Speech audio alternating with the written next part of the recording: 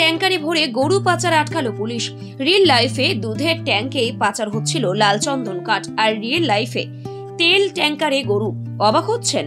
হ্যাঁ, অবাক করার মতোই এই ঘটনাটি পূর্ব মেদিনীপুর জেলার ইটাবেরিয়ায় প্রতিবেশী রাজ্য উড়িষ্যা থেকে একটা তেল ট্যাঙ্কারে করে গরু পাচার হচ্ছে। গোপন সূত্রে খবর পেয়ে প্রথমে বিশ্বাস করতে পারেনি ভূপতিনগর থানার পুলিশ, কিন্তু ইনফরমার বারবার এই দাবি জানানোয় রীতিমতো ধাওয়া করে ট্যাঙ্কারটি আটকায় পুলিশ। তারপর যা ঘটল তা পুলিশ কর্মীরা এর আগেও স্বপ্নেও ভাবতে পারেনি।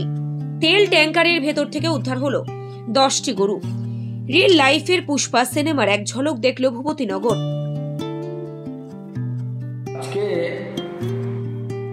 একটা অভিনব কায়দায় একটা বিষয় মানুষের সামনে এলো।